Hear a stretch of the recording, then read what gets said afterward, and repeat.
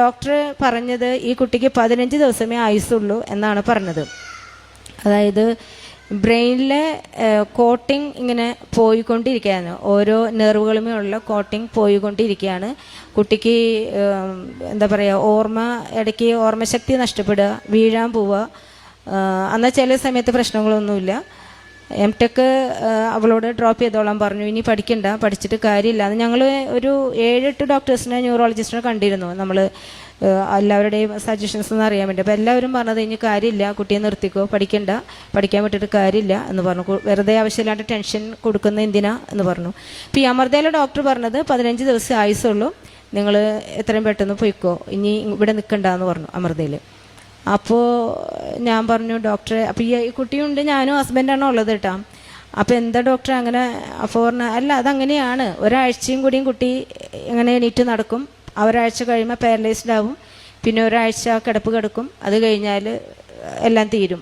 അതുകൊണ്ട് അപ്പം ഞാൻ പറഞ്ഞപ്പോൾ ഇനി ഒരു ബുദ്ധിമുട്ടുണ്ടായാൽ ഞാൻ എന്താ ചെയ്യേണ്ടത്, ഞങ്ങൾ എന്താ ചെയ്യേണ്ടതെന്ന് ചോദിച്ചു. അപ്പോൾ ഡോക്ടർ എഴുന്നേറ്റ് നിന്ന് തൊഴുതിട്ട് പറഞ്ഞു, ശരിക്കും 2 കൈ കൂപ്പി തൊഴുതിട്ട് പറഞ്ഞത്, ദയവ് ചെയ്ത് ഇങ്ങോട്ട് വരരുത്, അത് ഞങ്ങൾക്ക് ബുദ്ധിമുട്ടാണ്, നിങ്ങൾ വീട്ടിലേക്ക് കൊണ്ടുപോയിക്കുക, ആ കുട്ടിക്ക് ഇഷ്ടമുള്ളതൊക്കെ വാങ്ങി കൊടുക്കുക, എന്താണെന്ന് വെച്ചാൽ ചെയ്യുക, അത്രയേ ഉള്ളൂ, ഇനി വേറെ ഒന്നും ചെയ്യാനില്ല എന്ന് പറഞ്ഞിട്ടാണ് ഡോക്ടർ വിട്ടത്.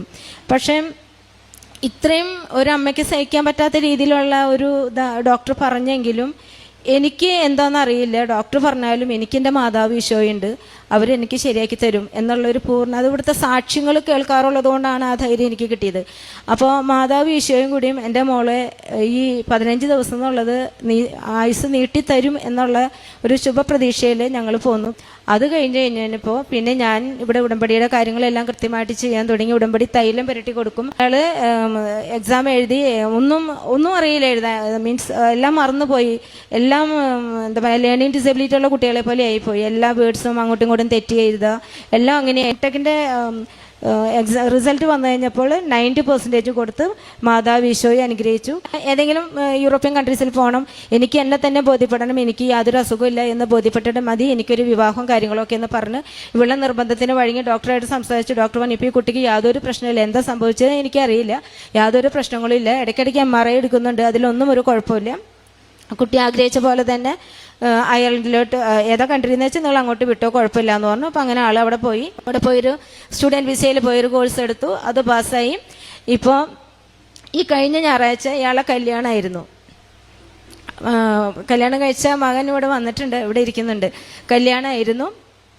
അപ്പോൾ ഈ കല്യാണം കൂടിയും കഴിഞ്ഞിട്ട് വന്ന് ഈ പ്രാവശ്യം വരുമ്പോൾ വന്ന് മാതാവിൻ്റെ അടുത്ത് വന്ന് സാക്ഷ്യം പറയാമെന്നാണ് ഞാൻ വിചാരിച്ചത്.